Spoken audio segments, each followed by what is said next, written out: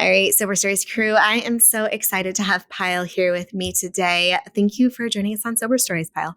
Absolutely. I'm honored to be here. Well, give our listeners kind of the cliff notes. Give them the high notes of who you are, where you are, what you do, who you do life with, all of the relevant information to get to know you. Absolutely. So I'm a middle school teacher. I teach sixth grade. Been doing this for 14 years. I am a mother of two. I've got two little boys at home, 6 and 2 years old. And I'm a content creator. And so my life is extremely busy and I like it that way. But that's kind of the gist of who I am. I was looking through your social media and I was thinking your kids were about the same age as mine. I've got 3 and 6. So I'm like in the same phase and it's a lot. Well, tell us more about the story of you and alcohol. What is kind of the path that led you to where you are now? So I first met alcohol when I started college. And I always think about like what brought me to really indulging as much as I did early on, like almost right away. It wasn't a slow start. It was just like I started drinking and I was drinking hard and I was binging. And I really look back and I think about how in high school, I guess I was kind of like sheltered in that I didn't really do like the high school parties. I wasn't really allowed to be honest. Yeah. And I was a rule follower for sure. So when I got to college, it was this rush of freedom. And because I never dated in high school, I found that I needed like some help with confidence. And right as I started to drink, I realized that like that was it. Like that's how I got my confidence. And so all of a sudden I could almost like be somebody who I wasn't, and that felt good. And so that was the start of it. I was 18 and when I look back at college, like there were some very dangerous situations that I put myself in. And I think a lot of people like can agree with that and think about how you're sort of reckless at that age. Oh, totally. And so that's the way that it was, but there was always somebody to take care of me, like always somebody who had my back. I either was surrounded by friends or a boyfriend or somebody who would just, the next day be like, you were fine. Everybody was crazy. And so those were the college years. And then college ended. So I guess in my mind, I thought that, okay, now I'm going to grow up, right? Like I'm going to get my first teaching job. And through college, I was always successful too. Like, I would party a lot. Like I'm talking Wednesday to Sunday. There were lots of blackouts. That was something that I guess I just took as normal, that, oh, you forget your night. Who doesn't? And so, mark of a good night. Yeah. And like, it just seems so normalized. It really was. It really was normalized to behave that way. And so when college ended and I started my teaching career, I kind of figured this is when you grow up and like, you don't act like that anymore. However, I was still going out on the weekends and hanging out with friends. And I found that my alcohol, habits continued. So now it was like teacher happy hours, but I was always the one over drinking. And again, somehow there, when it's not somebody else's problem, like they're not going to you can't rely on someone else to be like, you're overdoing it. And so there was never anybody in my life to regulate that. And even if they did, I probably wouldn't have really listened to them. But still, because of this, it didn't feel problematic. And so I continued on. And then, I'm thinking about like milestones and like marks of my life in which like you grow up or you grow out of things.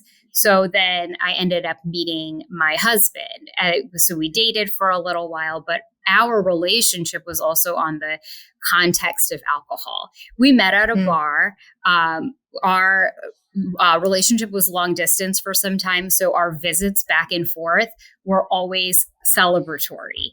And so lots of like bottomless mimosa brunches and going out and like, you kind of envision, or so, as did I, like envision having a partner and like you drink wine together. And so we just, you just jump into that lifestyle.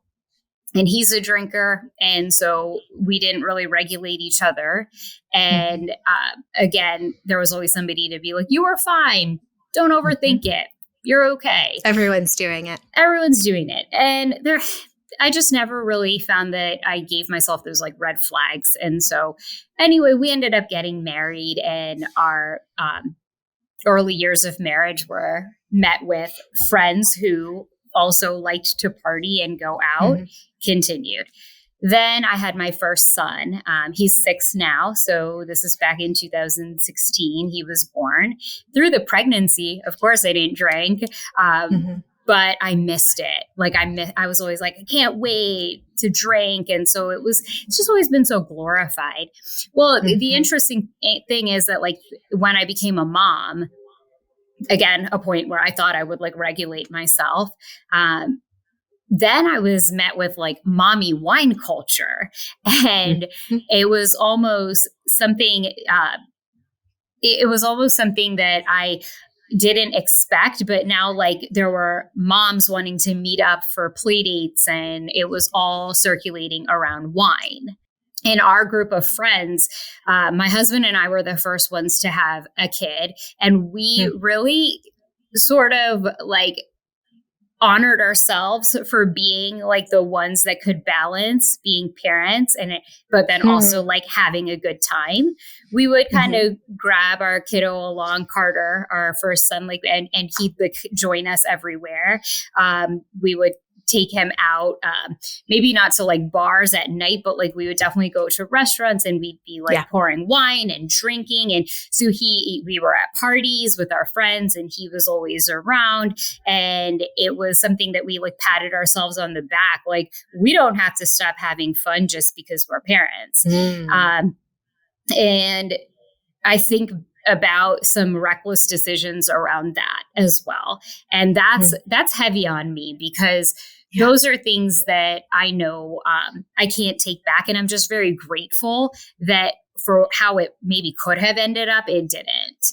And so that it's just like, I let my mind kind of trail down paths of times where my husband and I overdrank, and we needed to get our family home. And like, you make just really reckless decisions that could have ended up differently. So that's a lot to sit with. And I think so when I became a mom and into like my, when I had my second son, especially, is when that it just became too much of like a heavy burden on me. So that's when I really like hit a turning point. So my second son was born in March of 2020. And this is like at the, he was a pandemic, like at the brink of the pandemic. And Onset. Yeah, absolutely. And that was, but it was like the hardest chapter of my life. Absolutely.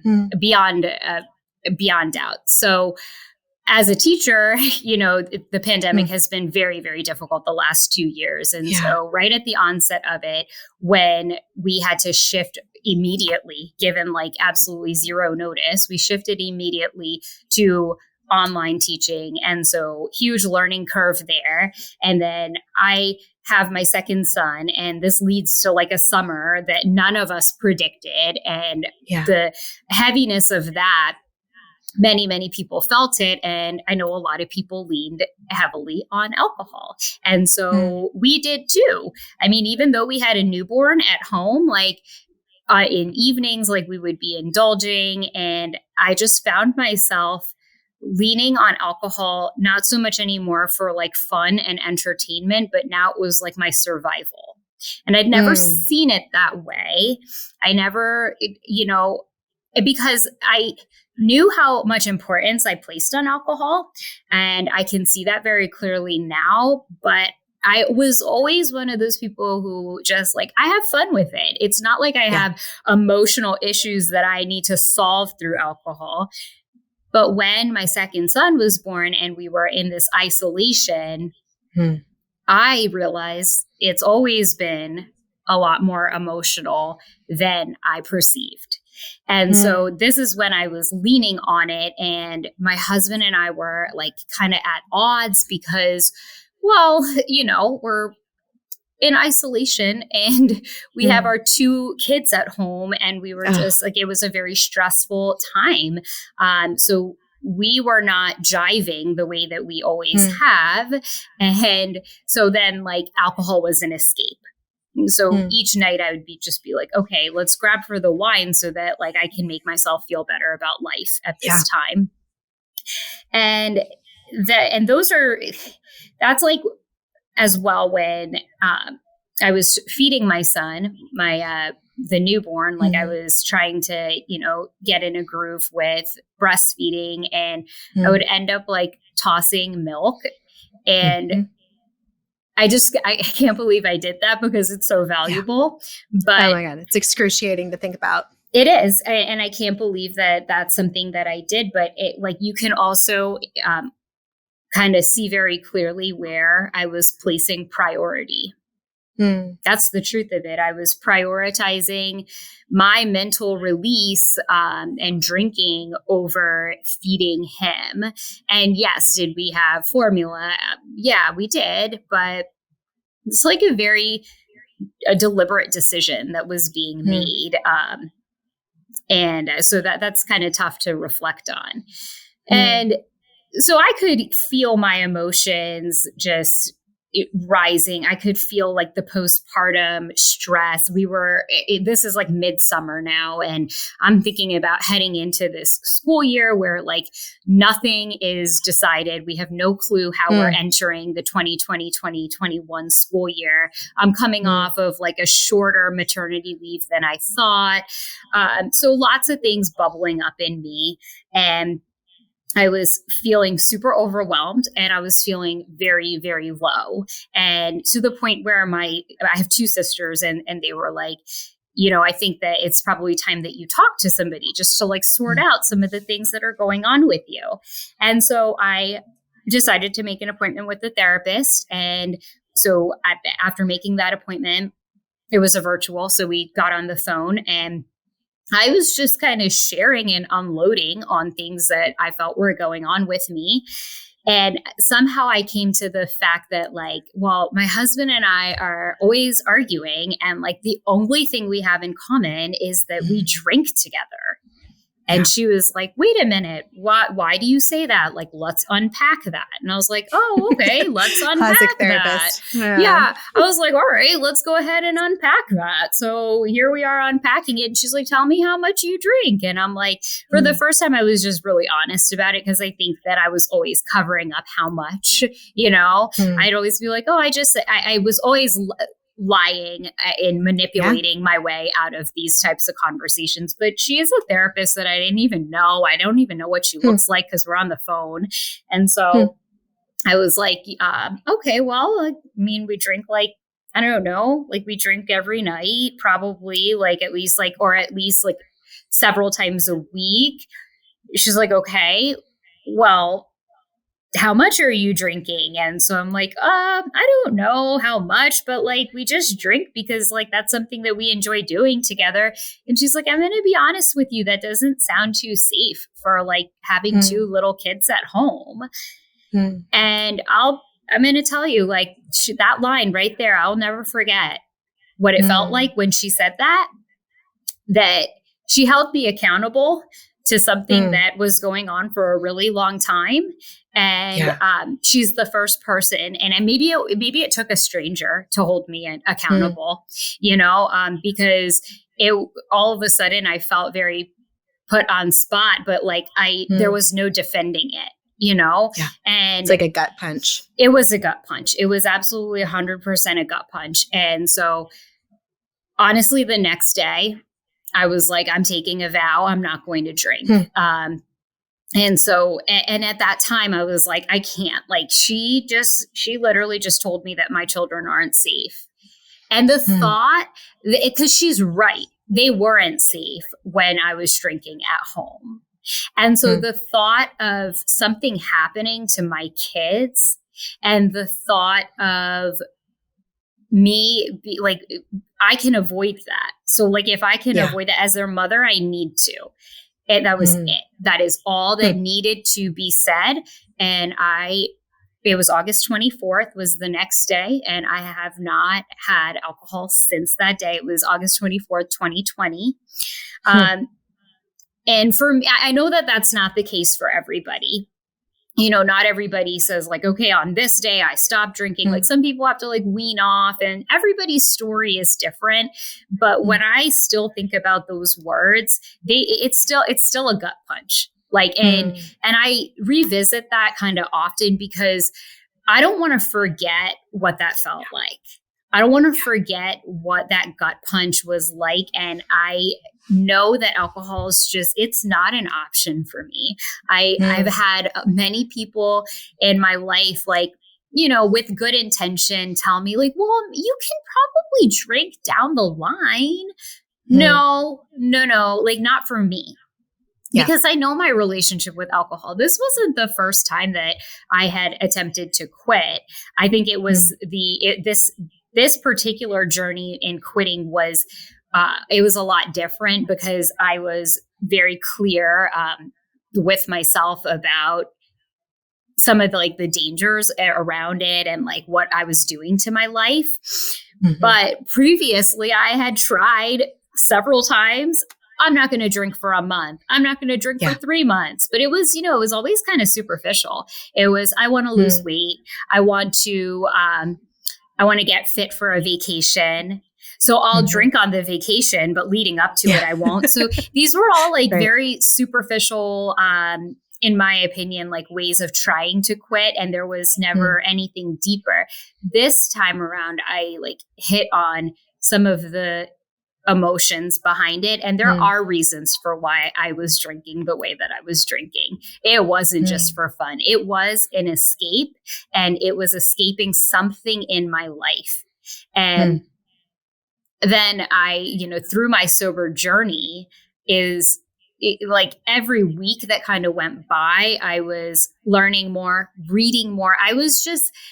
I immersed myself in like sober curious literature, podcasts. Like, I think that was the change this time around because I wanted to educate myself. And then through that, I connected with people. And that was a big thing for me too. So I kind of immersed myself in this world and connected with people. And I realized that I'm not alone. B, I really did have a problem. I do. And so that's not something for me to play around with. And then like over time, I just saw so many benefits, and I continue to. And so that's undeniable for me because every day that goes by, I feel this like immense gratitude for the life that I'm now living. And life is still full of stress. It's still full of problems. There are still difficult moments and days and weeks, but I'm better at dealing with it. I have tools. I'm learning. I'm figuring myself out. And alcohol is not playing a role to muddy the waters for me. Like there's just nothing clouding my judgment. And I'm just proud of who I am, and I can describe who I am. I look back, I wasn't able to do that. Alcohol defined me and what I enjoyed. And I would have trouble kind of thinking about things that I liked to do outside of alcohol. If somebody asked me, like, what do you like to do? I like to like hang out with friends and like get drunk at brunch. Drink. Yeah. And now if you ask me what I like to do, I like to create content. I love my job and I'm better at it. I'm more present at my job. I'm more present with my family. I like to read. I like to learn about things and listen to various podcasts. Like there's different layers to me. Yeah. So, well, you know, I have a whole sticky note full of notes, and I suspected I would resonate with your story from what I know about you and your experience, but I could have said the same thing word for word. I mean, not only are kids the same age, but really this idea of of early motherhood is what hits for me too. And the physical stress and the emotional burden on moms. And I'll back up. I always say that anyone who got sober in the pandemic or had a baby in the pandemic is like a freaking superhero. And so the fact that you did both of those, you're like my idol queen of the universe now, because those are two of the most difficult things to do in this experience that we have all gone through. And so much of your story of early motherhood and of the what ifs, I still have this feeling in my chest of like, thank God nothing happened at like 9 p.m. or like, because I wouldn't have been able to drive my kid to the emergency room. Nope. Or if something had happened because of my negligence, like, thank God. And I can still feel that in my chest 4 years later. But I really resonate with so much of what you said about this idea of like balancing parenting and drinking, and like being one of the first people in your group of friends to have kids and say like, oh, but it's cool. Still invite us to brunch because we'll be there and we're down to keep up with everybody. And one of the things that I think that so many young parents aren't expecting when they go into parenthood is, they tell you it's going to be hard. They tell you it's going to be really hard, but you just really have no idea how like really, really hard it is. And we have this perfect storm of mothers physically recovering their physical bodies while they're sleep deprived, while their hormones have changed, while we are still in the middle of a pandemic where we're still very isolated in a lot of ways. Plus all of the expectations around moms and work and leave and all of these different things go into what is really a perfect storm of somebody being very vulnerable to using something like alcohol as a coping mechanism. And I can look at past me and look at her with empathy and say, like, of course you used alcohol as a coping mechanism to get through the early days. Of course you did. It's easily accessible. It's easier to get than, Lexapro, which I love now. I'm like team Lexapro. And I think that there's so many young moms or moms to be who are going to be hearing this story. And if nothing else, just have an idea of like, all right, here's what I'm going to pay attention to. Not out of fear, not out of, what ifs, but really until somebody sees somebody like you go through this experience, this very human experience, it's like not even a possibility in their brains. It's like not even an option for their brains to understand. And then to hear this story, which is just a very human story, I think is going to really resonate with people. And one of the things that I thought was really interesting, I wrote down honesty in therapy. And I laugh because I think every single one of us have lied on a doctor's form to a therapist, to a doctor about how much we drink.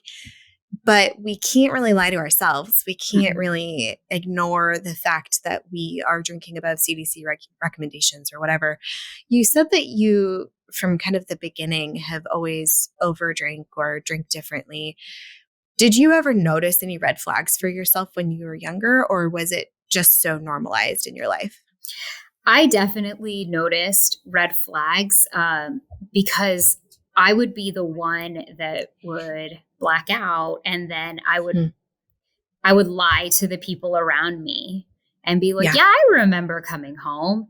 And so I would kind of try to like push through those moments and then like leave them in the past and like not want to go back to it. But in my mind, like that was still there. And I still realized even through marriage and after having my first son, like my husband would be like, do you remember? No, I don't remember. But I'd be like, yeah, I remember. And then I just like kind of sit with this deep guilt. And to be like, if I'm real with myself, that affects the way that you look at yourself. That affects your insecurities. It affected the way that I viewed like myself authentically.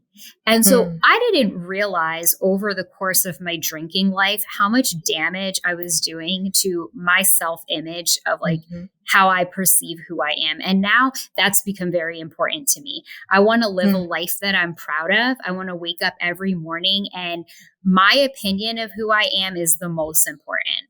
Hmm. And it took me a long time to realize that. And now I wake up really, really proud. And I want to continue to make myself proud, and nothing's standing in the way of that.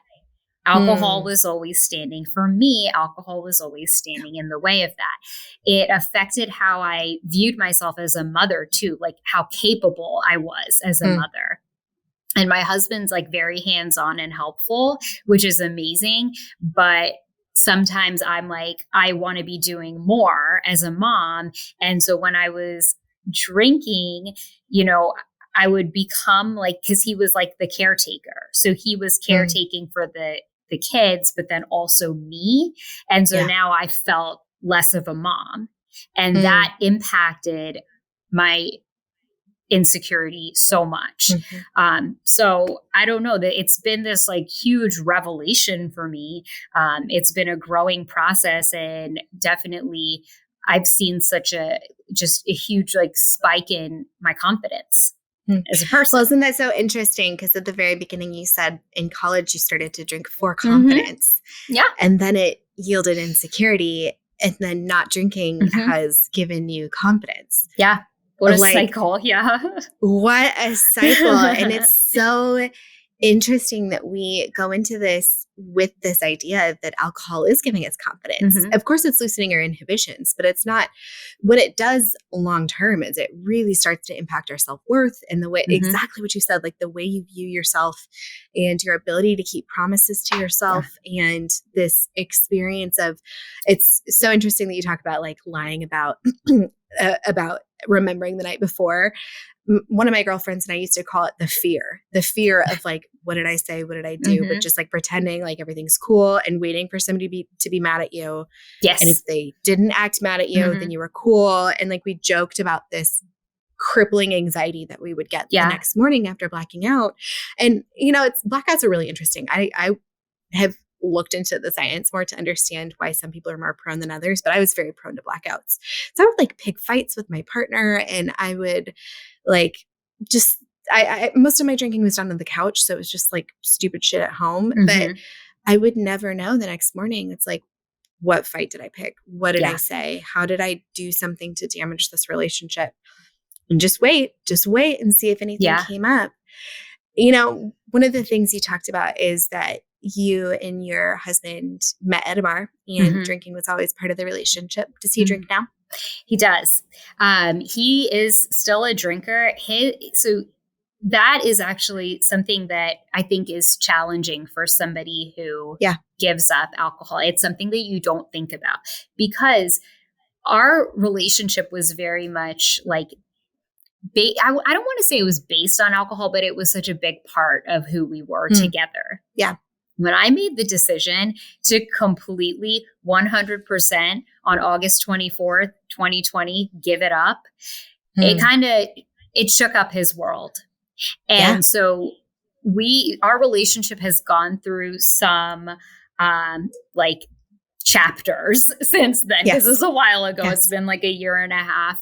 And he always like verbally has been like very supportive. I got your back. Like, this is such a great decision. You've made such an amazing decision for our kids. But I know that it's been hard for him.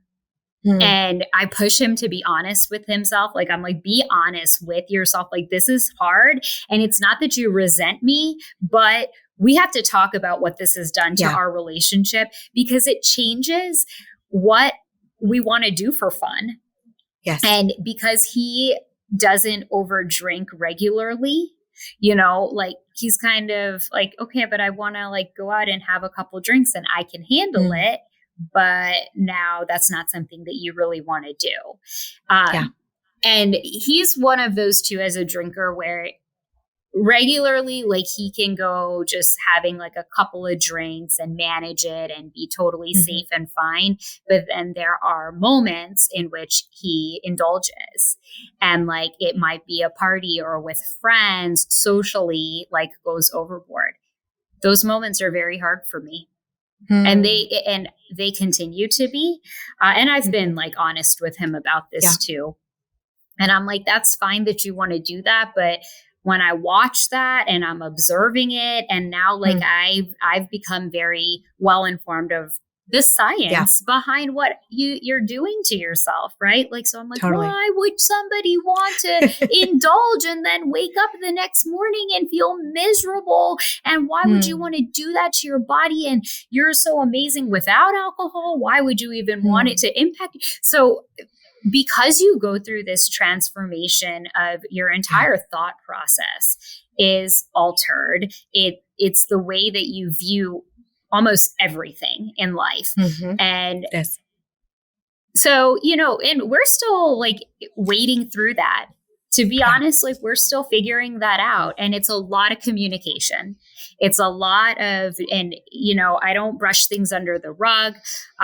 We talk about stuff, and I have to also honor him and like his decision. His decision is not intentionally to harm me, and I have to take myself out of the equation. And I don't really have the answer to it, but I can say that if you do make a decision like this, it can really impact the relationships around you. And you kind of need to be prepared for that. And so, well, and like you said, I think it speaks to like, you can't make that decision for him because that's his agency to be able to make those informed decisions. Although I can't say I don't get a little bit of satisfaction when my partner wakes up like really hungover because I'm like, you did this to yourself, because he also does not regularly overdrink, and he is, I guess, what we would call a normie, where it's only very occasionally. You know, I really like what you said about chapters, though. And I think that that's a really important piece to pull from this, because we go through a lot of different chapters in a relationship, even without the alcohol thing.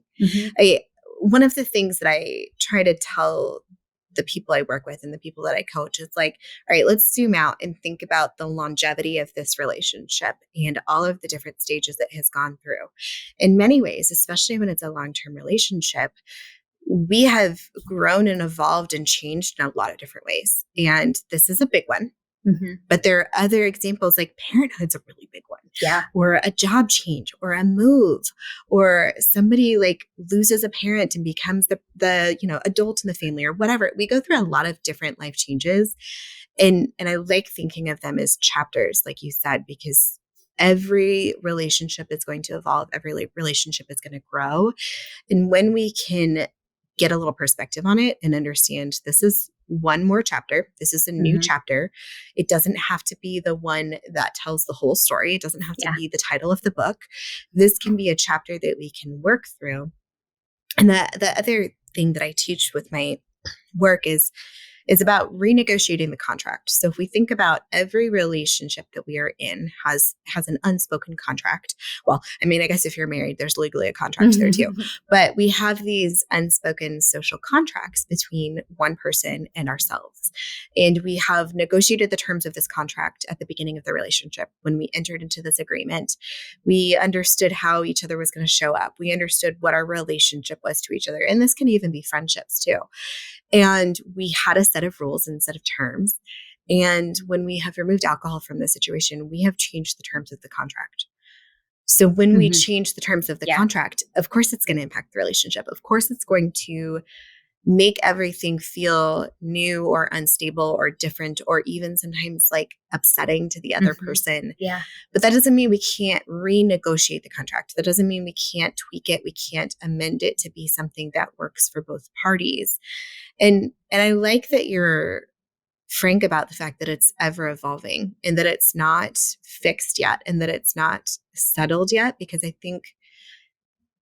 think sometimes when we step into this experience of changing our relationship with alcohol, removing alcohol, we come into a road bump like this when we have friction in a relationship, especially a partner or spouse that like we really objectively, especially if we have kids, like we need to be on the same team. We cannot screw this up because we are outnumbered. Like we need to be on the same team. And it can be really easy to say, oh, screw it. Like this isn't worth it. I'm going to go back to drinking. But when you think about it more in this like broad term of chapters, which I wrote this down and it's going to be a sticky note on my computer now. I think that that's a really beautiful way to step out and think, all right, this is just a chapter and we can figure this out moving forward. I did want to share with you, just the other day, like 2 days ago, I was going through my Dropbox where I just have like my whole collection of pictures from years. And so I was like looking for a specific one from June 2020. And this is when I was like at home with the 2 kiddos. Like Carter, my older son, was not supposed to be home during my maternity leave, and he sure was. It was just super overwhelming. And I have a picture of my little one, Dev. He must be like, oh gosh, he's like under 2 months at this point. And so he's like on the boppy with his like pacifier. And I have a glass of wine, and it's white wine. And I have like, the way that I took the picture was that you could see the baby behind like the glass of wine. And like, I used to think that was like cute. Yeah. I used to think it was, and I'd done it before, like with the kids. Well, this picture shows up on my Dropbox, and we talk about gut punches. Talk about a gut punch. And I was just like reminded of, once again, how much I glorified alcohol. That picture right there to me was like, this is how you survive motherhood, you know? And so I posted it on my social media, and I just said something regarding like, I had to be her then to be me now. I can't resent her. I can't resent this person who I was. And I got some responses because I've got like, as your following grows, like not everybody knows the full story of what's gone on with you, because I share extensively and openly. But again, if you're a new follower, you may not know that about me. And so I had a few people who were like, what are you talking about here? Like, what's wrong with this? And they were like, what's going on? Like, and so I was like, okay, well, let me like, share with you some of my journey. I've got some articles and things that I've written, and another podcast that I was on. So I have that on my blog, a page on my blog. So I just kind of shared that, and I was like, you could read more, but and then I clarified later, and I was like, if I see a mom post a picture like this, I want you to know I'm not judging you. Yeah. But this is very reflective for me, because I know the relationship that I had with alcohol was problematic, and I know the depth of it. I'm not at all trying to say that every single person in this world around me should give up alcohol. And now I do think, that anyone who has dependency on it, your life will absolutely improve, and you're going to feel amazing physically and mentally, and there's going to be clarity, and you're going to be in better shape and be healthier. Yes, I do think all of that. Yes. But that being said, like, if somebody posts drinking wine with their children around, like, I'm not judging that. I judge me in that picture. Like, I look at that picture and it's a reflection of me, and I'm going to share openly because it could reach somebody. But that's something on my social media that I like try very hard to clarify. Yeah. Well, I think that what I take from it is that it's like stepping out of the matrix. And I'm certain I said this before on this podcast, and my husband just had me watch that trilogy. It's not very good, but this metaphor of like, once you get on the other side of it and you can see what is actually happening with moms, and this idea of mommy wine culture, and the sense of camaraderie that we get from it, and this sense of like, this is, like you said, this is how we survive this. This is how we do this. We're all in this together. Like, ching ching. Am I right, moms? Like, this idea of mommy wine culture is like really gross and really disgusting, but you can't see it at all when you're in it. Like, and my older son, Will, was 2 when I quit drinking. And so for me, I was deeply in it, and I have an immense amount of empathy. And it's one of those things, like, I didn't know what I didn't know. Yeah. And so when we share this story, and when we tell our stories, or when we share like a throwback Thursday from a post like that, I think that what it does is open a door for somebody. It gives them the ability to look at it from a different way. Yeah. Look at it from a different perspective. And I even have people in my life who aren't parents who are like, the way you talk about mommy wine culture has made me look at it differently. And now I see it everywhere. And now I realize how crazy this is and how gross this is and how, I could talk forever about how I really think that moms are a very vulnerable population and that they have been taken advantage of by certain powers that be, which is not always the most popular opinion to have, especially for a widely listened to podcast. But I think that what the takeaway is that we didn't know what we didn't know. And it's a really easy time to become physically vulnerable to something like alcohol. Yeah. And then pair it with feeling like we're part of something bigger and like posting something on Facebook and then getting 30 likes from it from all of the other moms who think that that's a great angle that you took that photo from. Yeah. I just have so much empathy and so much like love for the version of you that did that. And then the version of me who did the same thing, and the version of every single mom listening to this and who's going to say, oh, yeah, I did that yesterday, or, oh, yeah, I did that 3 years ago. Like, I think that that's a more universal story than we realize. So I appreciate you sharing that story. And really, I appreciate a lot of the stories about motherhood and the risks and all of the breast milk story, like talk about a gut punch that gets me too. Yeah. But I know we feel so alone when this happens and we feel like the worst mom on the planet. And like, why can't we prioritize this in the right way? And why is this something that is difficult to control? And why can't we just make these better decisions? And it makes a lot of sense. It's an addictive substance, and that's what it does for us. Yeah. So the last question I ask before I wrap up every podcast is, if your story were to be written as a book, what would its title be? Oh, geez. Put you on the spot. I know it's something with like transitioning or like transforming, because that's what it feels like. I think, whenever I think about sobriety, I associate it with like finding my freedom. And it's freedom from so many aspects of my life. In the simplest way, like when I go somewhere, I feel the freedom of being able to drive myself home safely. Yeah. Okay. Totally. That's freedom. When I take my kids out, I feel the freedom of being attentive and calm with them. I feel the freedom of waking up, and if I am feeling low, being able to pinpoint why. Like, what, it's not a hangover. So it's like, why is my energy low? Okay, now let's work to fix it. And I can. So I'm not trapped.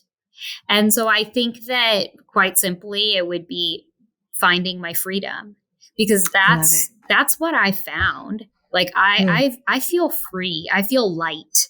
Like I feel capable. I don't feel burdened. I was so burdened with alcohol, and it took a lot from me, but I don't resent it. And I don't resent the past version of me, because what it's brought is like this sense of gratitude for who I am now that I don't think I ever would have been able to have. And so that's, and it's just shaped my life. Like, this decision and this transformation, as hard as it's been and it continues to be, and how it challenges relationships around me. And I challenge myself every day like this. I feel grateful to even be going through it. So I feel like you don't even feel that burden until it's gone.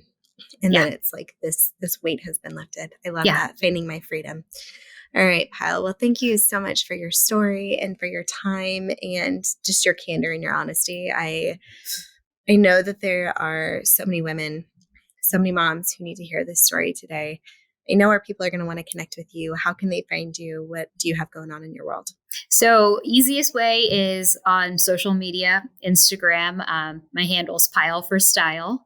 And so follow me along there, because I do share very openly. And it's been it's been a blessing to be able to connect with women and, who are going through the same thing. And yes, my story may impact them, but like them connecting with me further impacts me and it gives me strength. So, so mutually beneficial. We're better when we do this together. Yes.